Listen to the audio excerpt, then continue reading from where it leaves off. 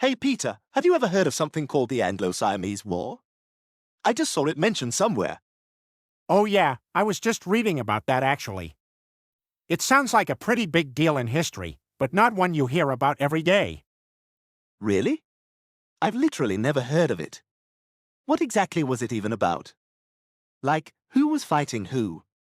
Well, it was a conflict between the British Empire, Anglo meaning English, and Siam, which is now modern-day Thailand. Okay, so Britain versus Thailand. That already sounds like a David and Goliath situation to me. What were they fighting over?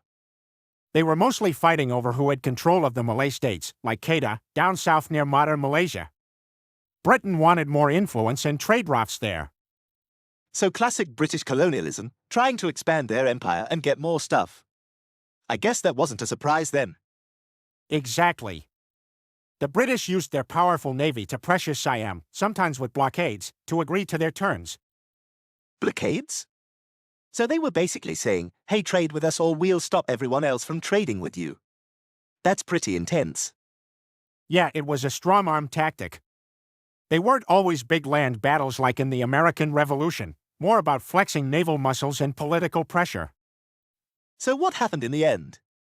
Did Britain just take over Siam? Not completely, no.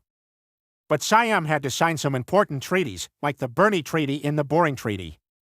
Those really opened up Siam's markets to Britain and gave the British a lot of say in the region. Wow, so they didn't conquer it outright, but they definitely made Siam play by their rules. That's a different kind of victory, I guess. It absolutely was. It totally changed Siam's place in Southeast Asia. It's a good example of how colonialism worked in more subtle ways too. I get it now. So it was a military conflict, but also a huge diplomatic and economic struggle for dominance.